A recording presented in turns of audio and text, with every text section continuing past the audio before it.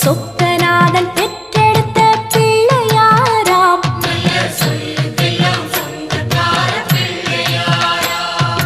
கைலாய மலைய விட்டு தெற்கே வந்தாராம். இந்த பிள்ளையாரு பட்டி கண்டு இருந்து விட்டாராம்.